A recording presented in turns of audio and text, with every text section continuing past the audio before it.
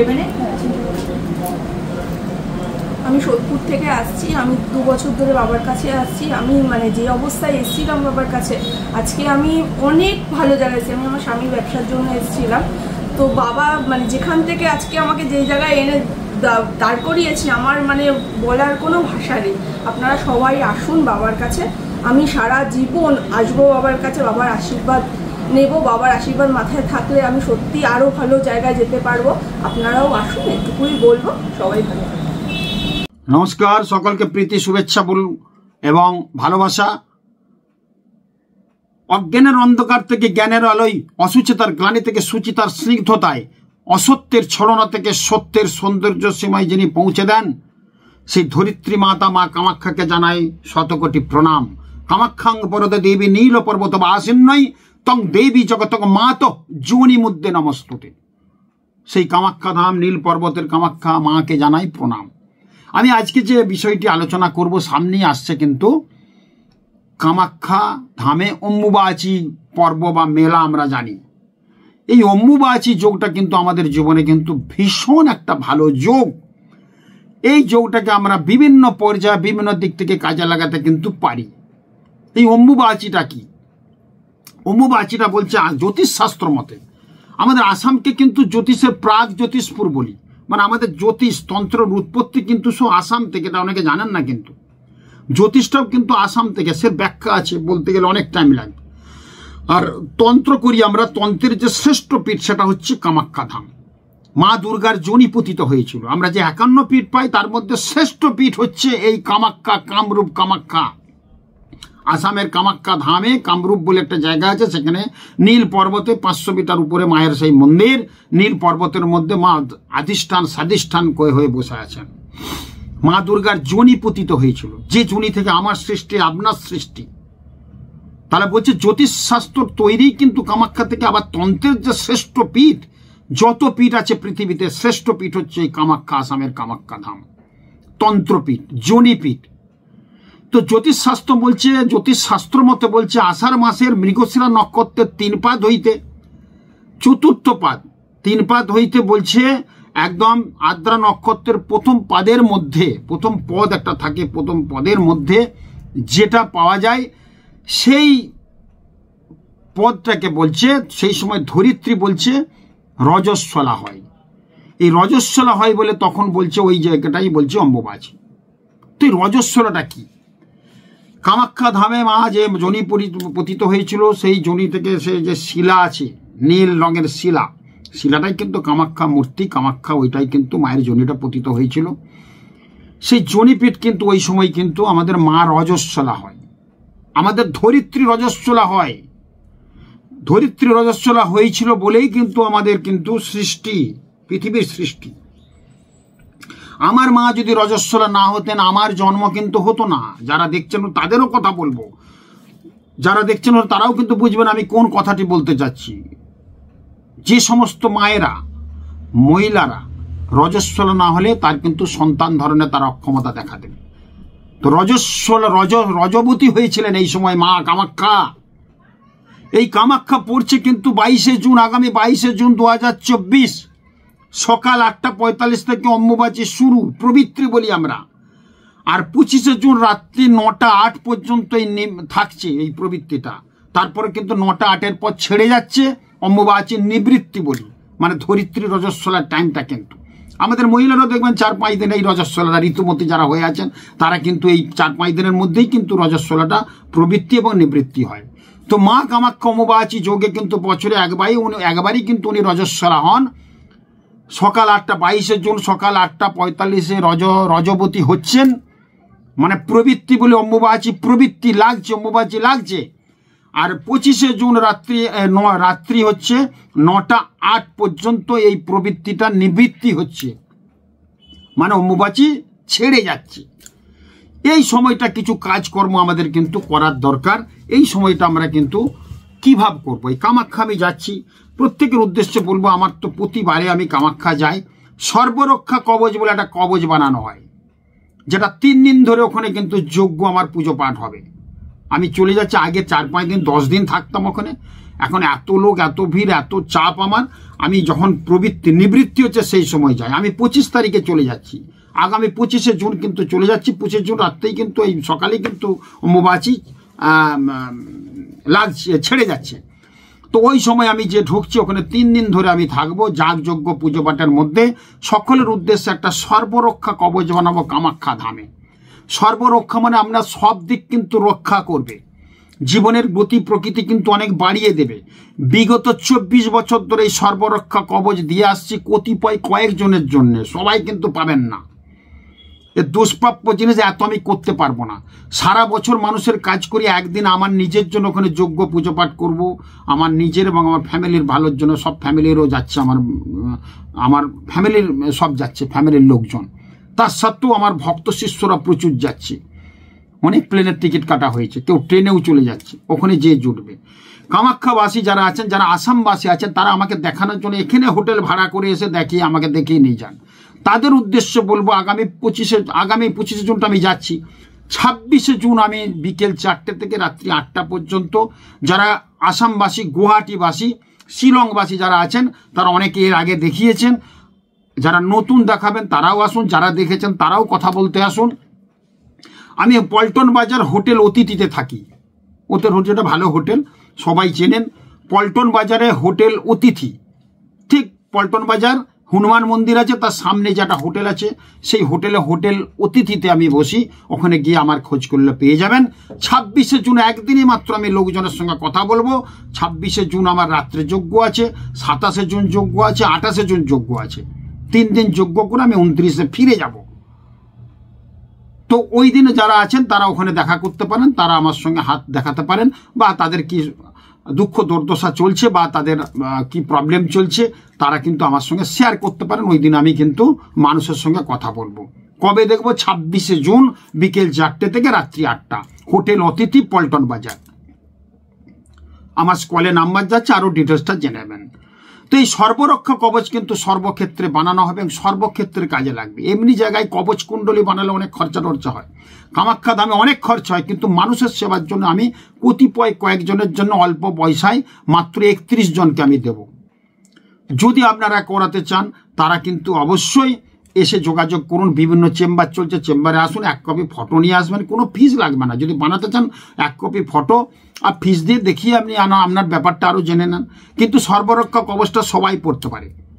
এটা সর্বরক্ষা, অ্যাক্সিডেন্ট, দুর্ঘটনা, যাদের বিবাহ হচ্ছে না, চাকরি বাকরি হচ্ছে না, পড়াশোনা ভালো হচ্ছে না, সব ক্ষেত্রে কিন্তু এটা 9টা গ্রহর মাধ্যমে পুজো পাঠ করে 64 উপাচার দিয়ে মা কামাখ্যা ধামে কুমারী মাকে সঙ্গে রেখে, কুমারী মাকে মাতৃরূপে পুজো করে, একটা বাচ্চা শিশুকে 12 বছরের আগে সে মহিলাকে মাতৃরূপে সাজিয়ে তাকে পুজো করে তার সামনে যজ্ঞটা হবে। সে একটা বিশাল আনন্দ, সে দেখলে বুঝতে পারবেন কি করছি। কামাখ্যা ধামে কিন্তু ওই কুমারী পুজোটাই মেন। কামাখ্যা ধামে মা কিন্তু থাকেন না, মা কামাখ্যা কিন্তু ওই কুমারী রূপে কিন্তু সারা কামাখ্যা ধাম নীল পর্বতে ঘুরে বেড়ান। সেই কুমারীকে আমরা মা দুর্গার বেশে সাজিয়ে মাতৃজ্ঞানে পুজো করে, ওইটাই মা, কিন্তু ওটাই কামাখ্যা মা, পুজো করে কিন্তু আমরা তার সামনে যজ্ঞ করব, করে সর্বরক্ষা কবচ বানাবো। আমার সাথে আরও 2-4 জন ব্রাহ্মণ যাচ্ছে, আমি তাদের সঙ্গে করে নিয়ে যাই আমাকে হেল্প করার জন্য। এই সর্বরক্ষা কবচে কিন্তু সর্বক্ষেত্রে আপনাদের রক্ষা হবে।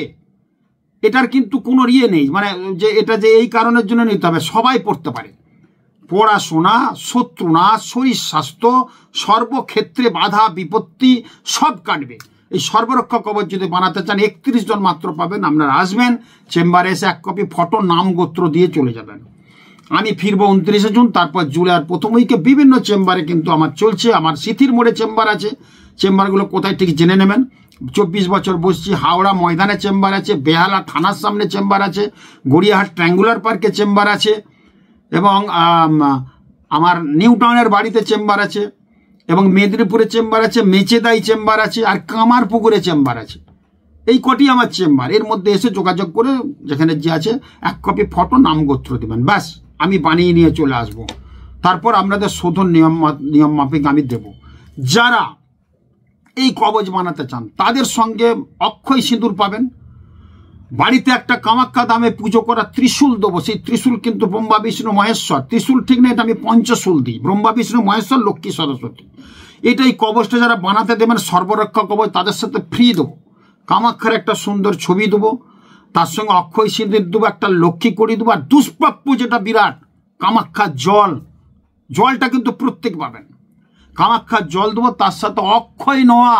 কামাখ্যা দামাই কুমারী মায়ের সামনে যজ্ঞ করে সেই নোয়াকে শোধন পুনশ্চরণ করে আমি নিয়ে আসবো। সেই নোয়াটা কিন্তু আপনাদের হাতে আমি তুলে দেবো। এই নোয়া পড়লে কিন্তু অনেক বিপদ আপদ সম্পদ থেকে বাঁচবেন। তাহলে কি বললাম, যারা কবচটা নেবেন তাদের কবচটা দেওয়া হবে সর্বরক্ষা কবচ, তাদের সঙ্গে অক্ষয় সিঁদুর দেবো, অক্ষয় নোয়া দেবো, লক্ষ্মী করি দেবো। মা কামাখ্যার সুন্দর একটা ছবি পুজো পাঠ করে প্রাণ প্রতিষ্ঠা করে আপনার হাতে তুলে দেবো। তার সঙ্গে কামাখ্যায় রুদ্রাক্ষ ভালো পাওয়া যায়। প্রত্যেকের উদ্দেশ্যে আমি একটা ছমুখী রুদ্রাক্ষ দেবো, যে রুদ্রাক্ষটা আপনাদের পড়াশোনার ক্ষেত্রে খুব কাজে লাগবে, শরীর স্বাস্থ্য অ্যাক্সিডেন্ট দুর্ঘটনা সমস্ত কিন্তু ভালো কাজ করবে। এই রুদ্রাক্ষটাও ফি দেবো কামাখ্যাতে ওই কবচের সাথে। আর যারা পুজো দেবেন তাদের ক্ষেত্রে প্রত্যেককে প্রসাদ পাবেন, নির্মাল্য পাবেন, মায়ের সিঁদুর পাবেন, আর কামাখ্যার জলটা সবাই পাবেন। আর কি মেন যেটা বললাম, এতগুলো তো জিনিস হবে, তার সাথে মায়ের কামাখ্যার যে রক্তবস্ত্র, যে রজস্বলা মা 5-4 দিন হচ্ছে আমার ওখানে পান্ডা আছে, পার্বতীবাবু আছেন, পার্বতী পান্ডা, ওনার বহুদিন থেকে উনি করছেন সেই আমার নামে কাপড় কিনে উনি কিন্তু চুড়িয়ে দেন মায়ের সেই শিলামূর্তিতে আমার নাম করে। সেই কাপড় কিন্তু নিয়ে এসে আমাকে দেন, সেই কাপড় টুকরো করে উনি কিছুটা নেন, ওনার সব ভক্তচিত্র প্রচুর আছে, উনি কামাখ্যার পান্ডা, আমাকে কিছুটা দেন, অল্প দেন, তার থেকে টুকরো টুকরো একটা সুতোর দাম প্রচুর। এই কামাখ্যার রক্তবস্ত্রটা সবাই পাবেন। এই কামাখ্যার রক্তবস্ত্র দিয়ে একটা ভীষণ কাজ আছে আমি বলবো, তো সেই ক্ষেত্রে আমি সেটা বলতে থাকবো, আপনারা শুনতে থাকুন। কামাখ্যা নিয়ে আরো অনুষ্ঠান করব আমি, তো তারা কিন্তু এইগুলো সব পাবে। যারা পুজো দেবেন, পুজো দেওয়া চলছে, এখন থেকে চলছে, বিভিন্ন চেম্বারে এসে কামাখ্যার পুজো দিয়ে যান যদি মনে করেন। পুজো দেওয়ার পর আমি ঠিক বলবো জুলাইয়ের ফার্স্ট উইকে প্রসাদ, রক্তবস্ত্র, নির্মাল্য, মায়ের ফুল বেলপাতা, নির্মাল্য, রক্তবস্ত্র, কামাখ্যার জল, অক্ষয় সিঁদুর, এগুলো পাবেনই যারা পুজো দেবেন। আর যারা সর্বরক্ষা কবচটা বানাবেন তাদের ফটো নামগোত্র লাগবে, কবচটা পাওয়া যাবে, লক্ষ্মী করি, অক্ষয় নোয়া যেগুলো বললাম, রুদ্রাক্ষ ফ্রি, এবং আরো কিছু দুষ্প্রাপ্য মায়ের ফটো, আরো কিছু দুষ্প্রাপ্য জিনিস আমার তরফ থেকে যদি থাকে যারা কবচটা বানাবেন তাদেরকে আমি দেব। এই কাজগুলো যদি আপনারা করতে পারেন, এই ভীষণ কাজ হয় সর্বরক্ষা কবচে।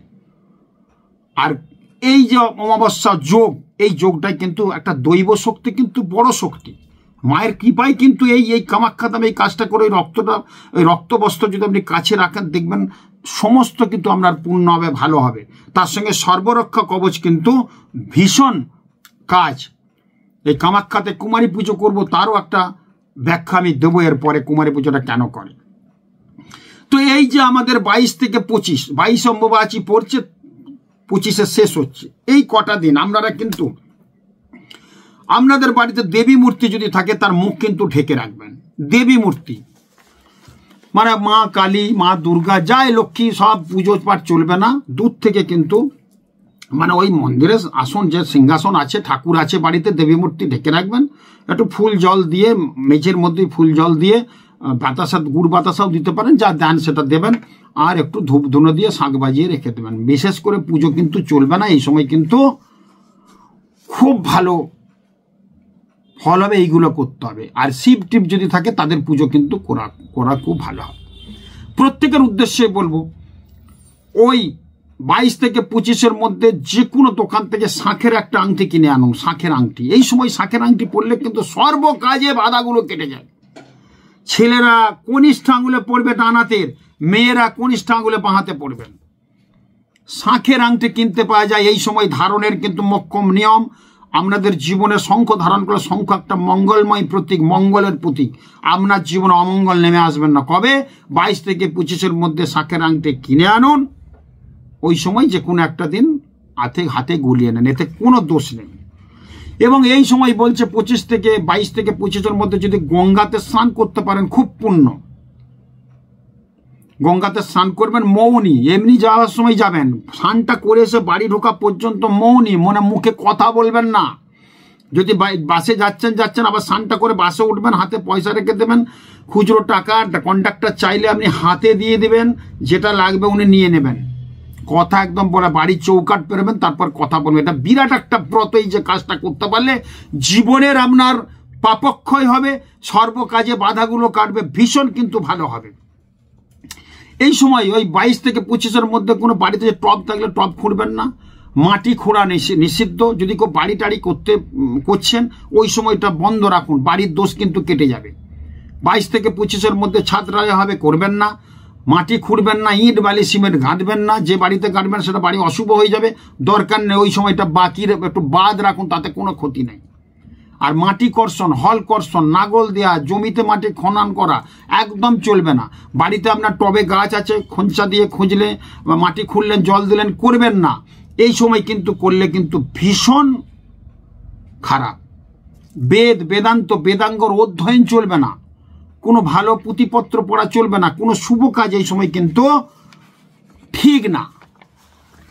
এবং বলছে অম্বুবাচী যাদের সর্পের ভয় আছে, কীট পতঙ্গ দংশনের ভয় আছে, কুকুর বিড়াল এসব কামড়ে দেয়, আঁচড়ে দেয়, এর যদি ভয় থাকে তাহলে বলছে অম্বুবাচী চলাকালীন দুধ এবং আম ঠাকুরকে নিবেদন করে, যে কোনো ঠাকুরকে নিবেদন করে বলছে ভক্ষণ করতে।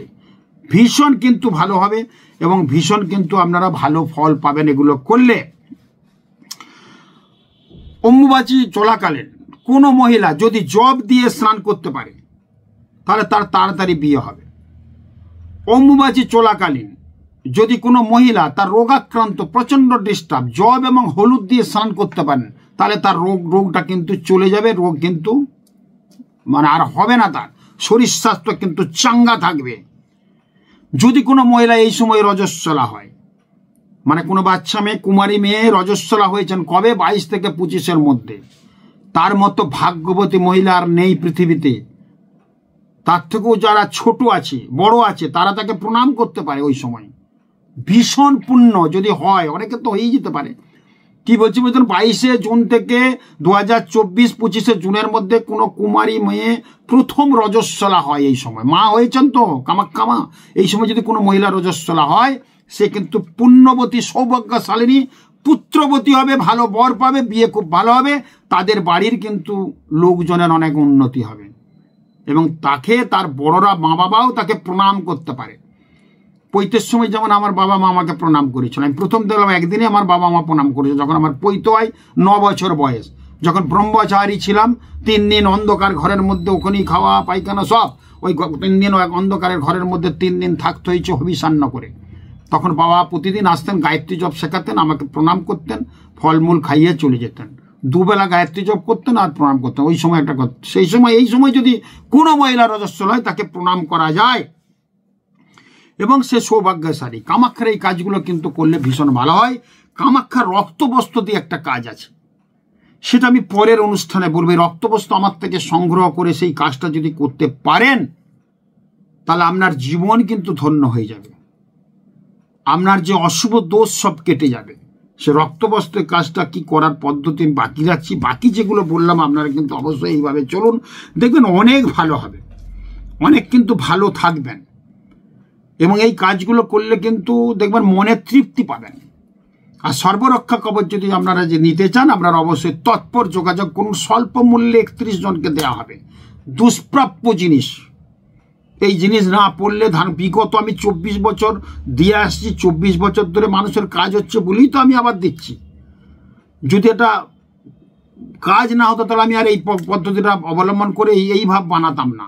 এটা একটা বানানোর পদ্ধতি আছে আলাদা, প্রচুর খরচা করে প্রচুর ব্রাহ্মণ নিয়ে করতে হয়, অনেক জনের করা হয় বলে এই জন্য আপনাদের একটু দিই। আর আমি এমনিই মাঝে মধ্যে কিন্তু আপনাদের একটু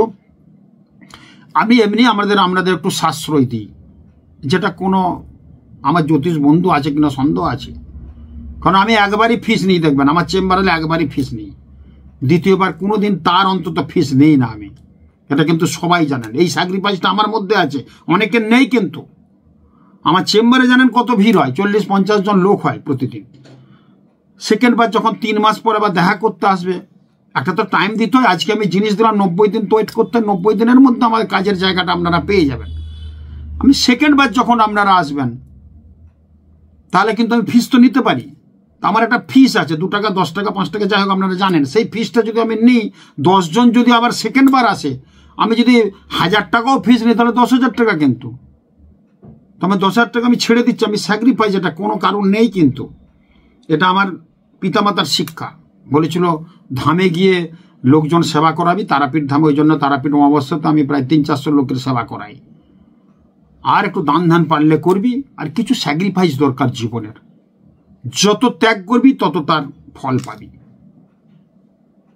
তো আমি তো নিতে পারি আবার সেকেন্ড বার ফিস। আমার যখন কন্ডিশন আছে, আমি যে পর্যায়ের এখন অ্যাস্ট্রোলজার, কারণ চেম্বারে তো ভিড়ের শেষ নেই, 4-5 ঘন্টা লাইন দিয়ে আমাকে পাই, খাবার সময় আমি পাইনি।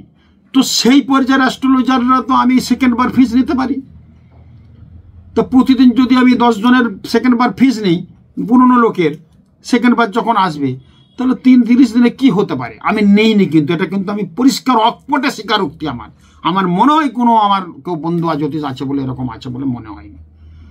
যন্ত্রণা কিন্তু প্রচুর। ওই পুরনো লোক আসছে যে এই হলো না, আমাকে কিন্তু হেডেক নিতে হয় অনেক, কিন্তু আমি হেডেক নিই। আপনাদের কাজ বুঝতে পারছেন, আমাকে বোঝাতে আসছেন, বা আপনাদের কাজ হয়ে গেছে একটু মিষ্টির প্যাকেট নিয়ে আসছেন, পোস্ত ভালোবাসি একটু পোস্ত দিচ্ছেন আমাকে।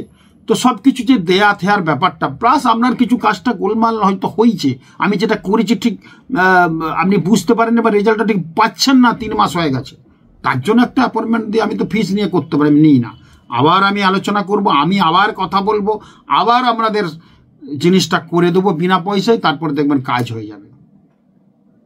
আমি এটা বলি, অনেকে বলে না, সবাই বলে সবার কাজ হয়ে যায়, এটা ঠিক বলেনি, একটু 19-20 হতেই পারে। এবার আমাদের আধারটা একটু আলাদা, আমরা জয়রাম মাটির ব্রাহ্মণ পণ্ডিত পরিবারে আমাদের জন্ম, আমাদের জ্যোতিষ ঘরানা, আমাদের আধারটা একটু আলাদা। আমাদের কাজগুলো মানুষের বেশি হয়, যে কাজগুলো করি অথেন্টিক করি, তিথি নক্ষত্র মেনে সুন্দরভাবে করে কাজগুলো হয়ে যায়। অনেক জ্যোতিষীর কাগজ আমার কাছে আছে, শাস্ত্রী এখানে গেলাম, এই হলো না, দাঁড়া আমি দেখে দিচ্ছি, কিন্তু আমি জোর করিনি, আসুন আমি দেখে দেবো। তো যাই হোক, এই অম্বুবাচী যোগে আমি চলে যাচ্ছি। আমি এগুলো খুব মন দিয়ে করি, খুব অথেন্টিক করি, এবং কিছু স্যাক্রিফাইস বললাম আমি করি। আর জীবনে ফিস নিই, একবারই ফিস নিই, সারা জীবন আমার সঙ্গে কনসাল্ট করে যেতে পারেন, পরামর্শ করে যেতে পারেন, উত্তরণের জন্য কথা বলতে পারেন।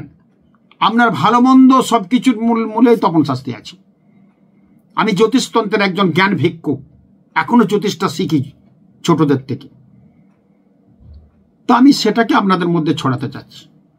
খুব ভালো থাকুন, নমস্কার। যদি আমার কথাগুলো মনে হয় আপনারা সাবস্ক্রাইব করবেন, লাইক করবেন, শেয়ার করবেন যদি ভালো মনে হয়। আর এই যে কথাগুলো বললাম এগুলো মেনে চলুন। খুব ভালো থাকুন, নমস্কার।